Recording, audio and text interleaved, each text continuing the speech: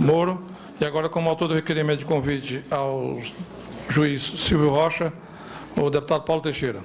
Bom, eu quero cumprimentar o deputado Danilo Forte, deputado João Campos, os juízes Roberto Veloso, juiz-presidente da JUF, Silvio Rocha, juiz da 10ª Vara Criminal do Tribunal Regional de São Paulo, Tribunal Federal de São Paulo, está errado ali a designação dele, e o juiz Sérgio Moro, de Curitiba.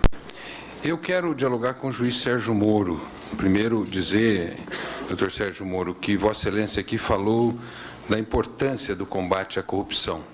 E nós, nessa casa, temos um enorme compromisso com o combate à corrupção, porque aprovamos legislações importantes, como a Lei Anticorrupção, a Lei de Combate às Organizações Criminosas, onde estão os instrumentos que a Justiça Brasileira está trabalhando hoje. Agora, nós queremos um combate à corrupção republicano, dentro da democracia, respeitoso da Constituição. Vossa Excelência falou do abuso de autoridade. Nós não queremos inibir os juízes, mas nós queremos evitar que os juízes façam política partidária, façam política na sua ação jurisdicional no sentido mais, digamos assim, partidário possível. O juiz pode se fazer política, ele pode se afastar da justiça e se candidatar. O Flávio Dino foi um caso de um juiz que se afastou, se candidatou e hoje exerce o caso de governador. Mas o abuso de autoridade é para inibir a atuação político-partidária. Por exemplo, Vossa Excelência quebrou o sigilo telefônico da presidenta Dilma Rousseff numa conversa com, então, o ex-presidente Lula. O ministro Teori Zavascki considerou ilegal aquela quebra do sigilo telefônico. Vossa Excelência não tinha competência, porque a competência era do Supremo, e a interceptação telefônica já estava fora do término da interceptação telefônica, e o vazamento foi legal. E o ministro entendeu ilegais aquelas atitudes. O que eu pergunto para Vossa Excelência, num contexto de um golpe parlamentar, estava querendo contribuir para a derrubada da presidente Dilma Rousseff? Vamos se prender ao objeto do... Não, eu estou discutindo abuso de autoridade. Nós temos um objeto da audiência. Abuso de autoridade. Calma, Valdeir. Eu estou discutindo abuso de autoridade aqui. Vamos se prender ao... O segundo tema é imparcialidade. O tema é juízo de garantias. Em primeiro lugar, o juiz Silvio Rocha disse que em São Paulo já há o juiz de garantias. Então, há essa experiência no Brasil do juiz de garantias. E o objetivo do juiz de garantias é garantir a imparcialidade do juiz. Todos têm direito a um juiz imparcial, um juiz que não tenha um viés. Eu volto a um caso específico. Vossa Excelência determinou a condução coercitiva do ex-presidente Lula quando ele não tinha se negado a depor em nenhum juízo no Brasil. Ele poderia ser convocado por um ofício de Vossa Excelência, e Vossa Excelência decretou uma condução coercitiva, na minha opinião, ilegal, porque ninguém está obrigado a fazer prova contra si, e no atual Código, a condução coercitiva está prevista unicamente depois da negativa de depor. O que eu pergunto? Tendo em vista que aqui não existe ainda, haverá, com a aprovação desse Código, o juiz de garantias, Vossa Excelência não acha que perdeu a parcialidade nesse julgamento específico, depois daquela foto, inclusive, com Aécio Neves, na revista Isto É? A terceira pergunta que eu quero fazer ao senhor é o seguinte: nós precisamos combater a corrupção no Brasil, combater o erro, combater a corrupção empresarial. Como é que os países de primeiro mundo combatem a corrupção empresarial? Eles diagnosticam, afastam os dirigentes e a empresa continua. A Volkswagen agora, ela acabou de descobrir uma corrupção. A Volkswagen continua forte, mas o tempo de leniência foi de 6 meses. Nós estamos aqui com 3 anos. O que eu queria perguntar: se uma pessoa dirige bêbada, o guarda, ele vai retirar aquela pessoa da direção, puni-la, ou vai punir o carro? Porque porque nós estamos vivendo uma situação em que nós estamos perdendo muitos empregos no Brasil. O que eu pergunto, o tempo de leniência não é muito grande? Eu estou aqui com um artigo do economista João Sixo, que ele diz que a Lava Jato é responsável por 2 a 2,5 pontos percentuais da queda do PIB. Nós não teríamos que ter uma rápida solução e a empresa continuar, preservar uma empresa de engenharia e retirar os ladrões, os bandidos, aqueles que cometeram o ilícito. E, por último, perguntar a Vossa Excelência. Eu tive a oportunidade, semana passada, de participar de uma audiência com Vossa Excelência. E, no caminho da audiência, eu soube da condição coercitiva de um jornalista. E eu perguntei ao senhor, o senhor que determinou essa ordem, o senhor disse que sim. Eu disse, olha, o jornalista tem a garantia do segredo da fonte.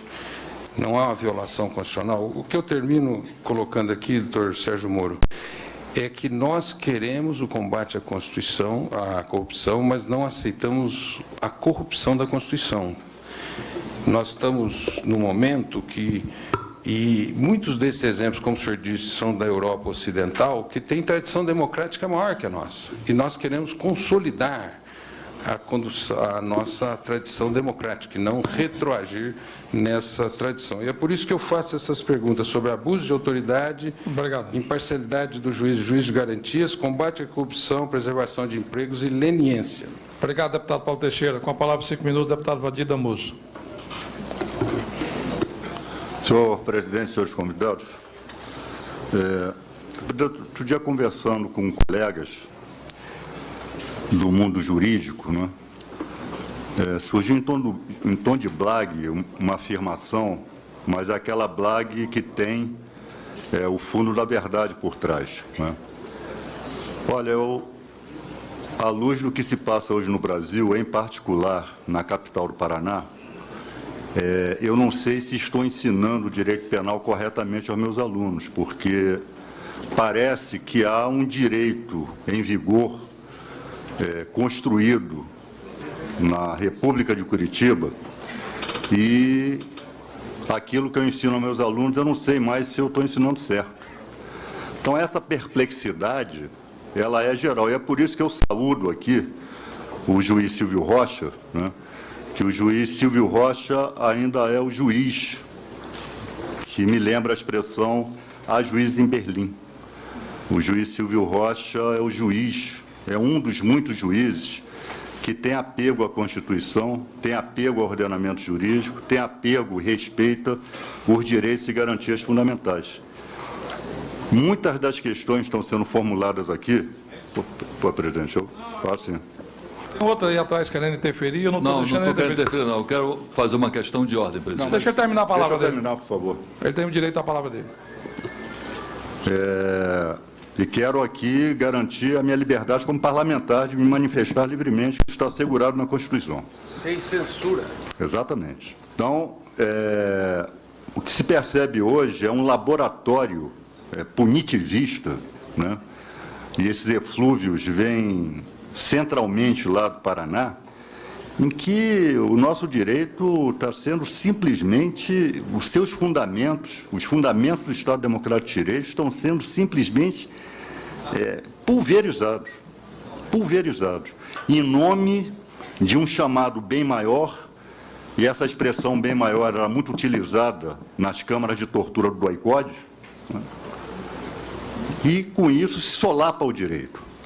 Então, eu gostaria aqui de formular algumas perguntas ao doutor Silvio Rocha, né?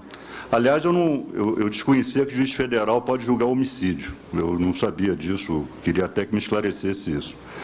Mas exatamente sobre homicídios, doutor Silvio Rocha, o senhor é magistrado, enfim. A taxa de homicídios apurada no Brasil é baixíssima. As nossas penitenciárias estão superlotadas por pessoas que não praticaram crimes violentos. Salvo engano meu, o percentual por furto, que é de 14%, e o percentual de reclusos por homicídio, o percentual de furtos ultrapassa.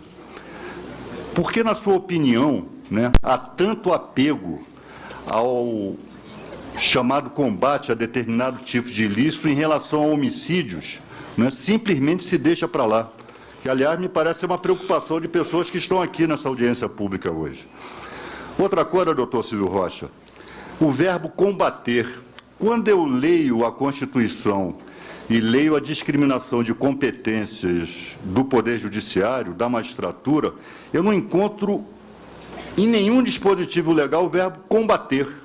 Combater isso, combater aquilo, combater corrupção, combater...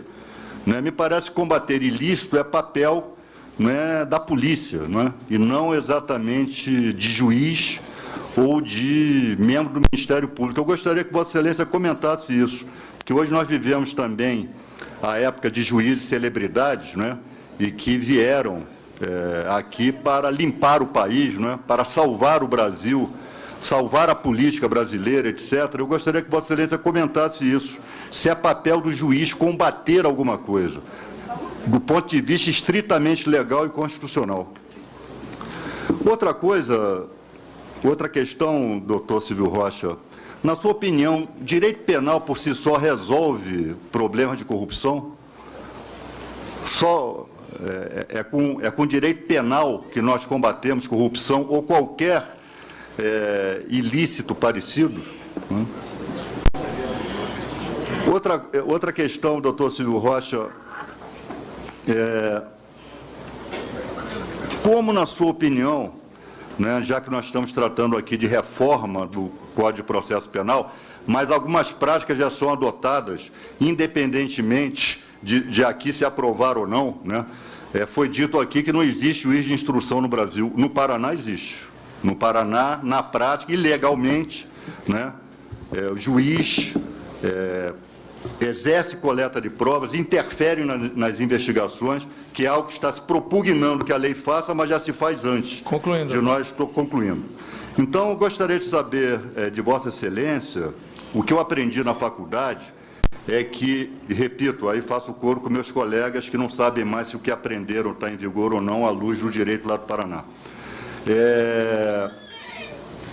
Condução coercitiva. O que eu aprendi é que tem que haver uma prévia intimação, né, e caso não seja atendida, aí sim é a antiga e famosa condução debaixo de vara. É como se coibir a prática ilegal de conduções coercitivas. Eu gostaria, em respeito ao doutor Sérgio Moro, estou terminando, vou endereçar duas perguntinhas a ele. Por que, né, complementando uma pergunta aqui do deputado Paulo Teixeira, o juiz Sérgio Moro pediu desculpas ao Supremo no episódio dos grampos, né? Dos grampos lá que envolveram o ex-presidente Lula e a ex-presidente Dilma. E quero saber também, uma curiosidade, se o juiz Sérgio Moro participou de um laboratório de interpretação com o ator Marcelo Serrado para o filme A Lei é para Todos.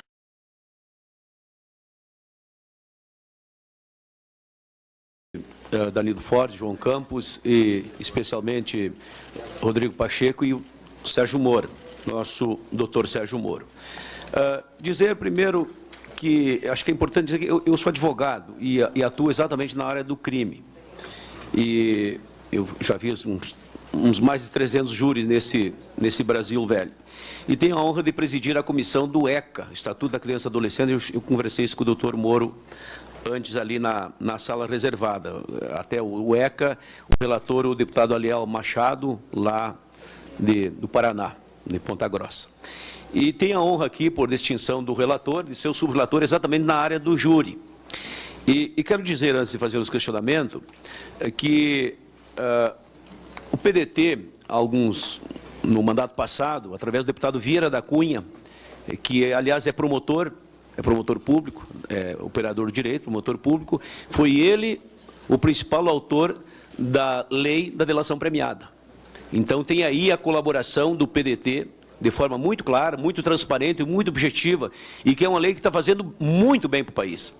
Pode ser réu colaborador, delação premiada, dê o nome que der, mas o importante é que isso tem feito com que muitas coisas tenham sido desvendadas, muitos segredos tenham sido contados, e isso tem sido muito bom para o país, e nós precisamos deixar isso de forma assim muito clara e muito transparente. Bem, nessa mesma linha, a minha preocupação aos doutores juízes, especialmente o doutor Moro, no que diz respeito a algumas regras jurídicas que eu acho assim fundamental. A primeira delas, sobre a questão da presunção de inocência. Nós sabemos que a lei assim prevê, mas mais do que lei, mais do que preceito constitucional, é direito fundamental da pessoa humana. E que nós jamais podemos tergiversar, nós podemos jamais negociar a questão da presunção de inocência. Isso é fundamental, é da essência da nossa Carta Magna. E eu gostaria da uma manifestação de Vossa Excelência sobre esse aspecto especificamente. A outra questão é sobre o ônus da prova. Eu acho sim que é relevante esse tema, porque a prova cabe a quem alega. E nós temos assistido, e eu vejo isso muito no direito penal, em todas as esferas, que hoje, diz assim, quem não deve, não teme. E nós estamos indo para uma fase que quem tem que temer é quem não deve. Porque daqui a pouco há uma inversão. E esse processo nós não podemos permitir que aconteça. Eu acho que temos que ser implacável contra quem deve. Temos que ser implacável na persecução criminal, na persecução judicial. Temos que ser implacável, mas não pode haver perseguição. Uma coisa é persecução, outra coisa é perseguição. Então nós temos que ter essa diferenciação muito fundamental para que os direitos elementares da pessoa humana eles sejam exercidos na plenitude, sem que com isso a pessoa se alegue depois injustiça na hora que for condenado. Porque aquele que merece, aquele que tem o devido processo legal, tem que ser devidamente julgado, com o seu direito de defesa, condenado e, como tal, tem que ser aplicada a lei na sua amplitude e na sua plenitude. É como vejo e como defendo, e é para isso que tem o advogado, para mostrar o outro lado. É para isso que tem o promotor, para mostrar os dois lados. Mas a prova ela é essencial e é fundamental para a condenação.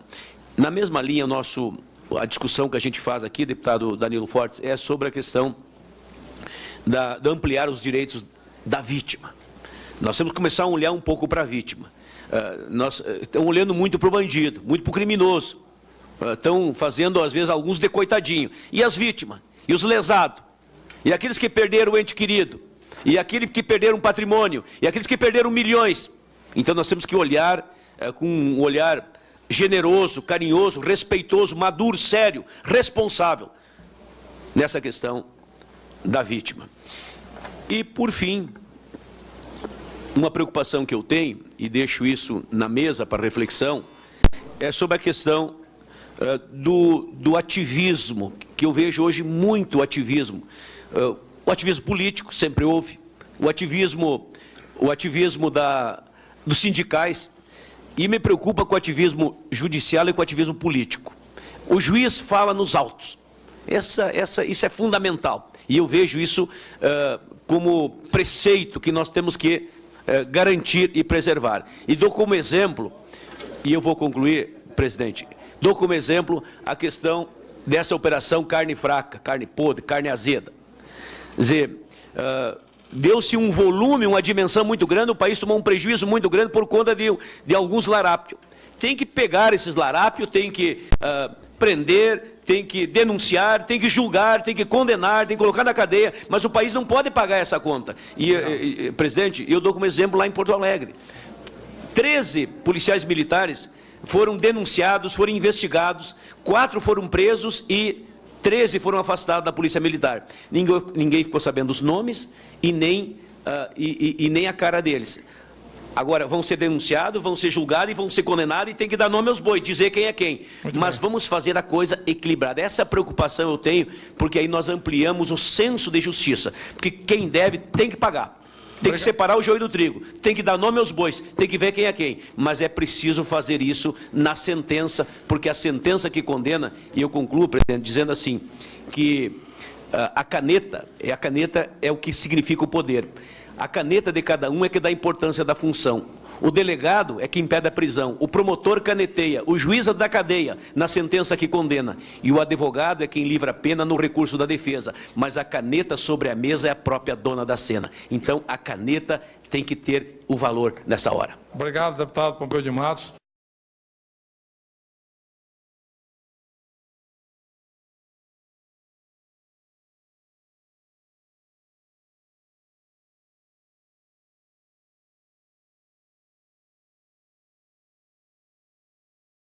Obrigado, deputado Paulinei Avelino. Com a palavra, deputado Zé Geraldo, 5 minutos. Senhor presidente, senhores deputados e senhoras deputadas, eu saudar os nossos convidados, juízes que estão na mesa. Eu vou enfatizar abuso de autoridade e isenção, até porque o juiz Sérgio Moro também, quando iniciou a sua fala, ele fez questão de tirar um tempinho para nos pedir atenção na aprovação desta lei. E, na minha avaliação, juiz Sérgio Moro, ninguém tem cometido nesse país mais abuso de autoridade do que você. As 3 ações: interceptar uma presidente da República... Não vamos personalizar. Vamos fazer um debate sobre o tema da audiência. Não é o tema da audiência. Nós não estamos aqui para julgar nem para questionar o juiz Sérgio Moro. Deixa eu falar. Nós estamos aqui para fazer questionamento sobre o Código de Processo Penal. Você não é da comissão, eu estou lhe dando o mesmo tempo dos membros da comissão, mas eu não vou aceitar. O Sérgio Moro nem seria juiz mais. Nem seria juiz. Se a justiça do Brasil fosse séria, ele já não poderia ser mais juiz. Eu vou cortar a sua palavra. Eu vou cortar a sua palavra.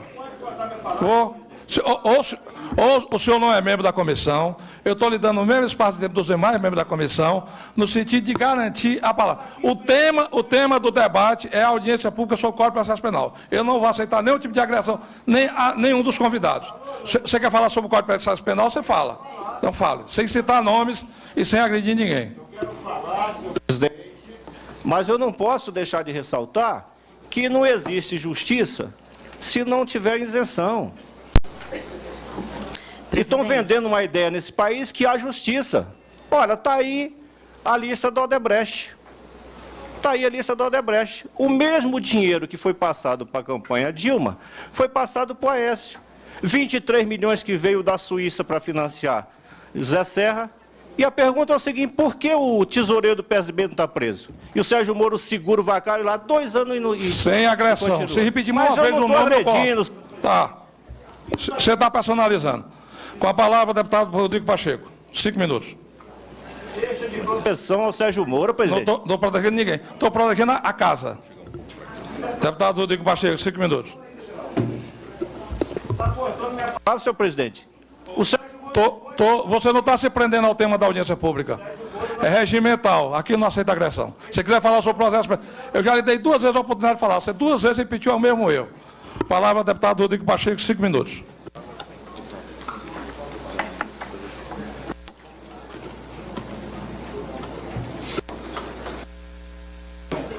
Obrigado, senhor presidente, deputado Danilo Forte, a quem cumprimento e saúdo todos os membros da Comissão de Reforma do Código de Processo Penal, um trabalho hercúleo, dedicado para entregar ao país um novo diploma processual penal que instrumentalize o direito de punir do Estado. Cumprimento também nosso eminente relator, a quem subsidiaremos até o dia 10 de maio com os nossos subrelatórios dos diversos temas do Código de Processo Penal.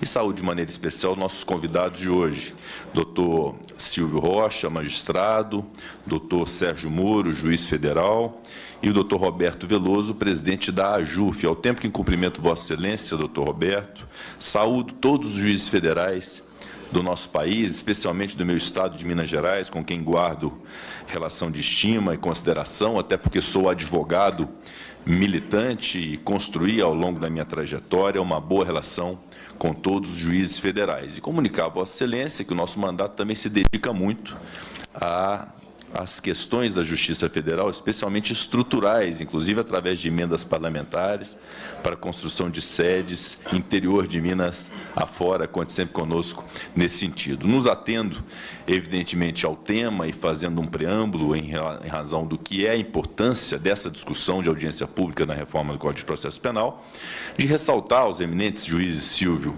e doutor Sérgio que o Código de Processo Penal, antes de mais nada, antes de ser um diploma repressivo, antes de ser um diploma que sirva a punir pessoas ou a garantir direitos da vítima, ele é um poder limitador do Estado. Ele é um diploma que limita o poder do Estado em atuar.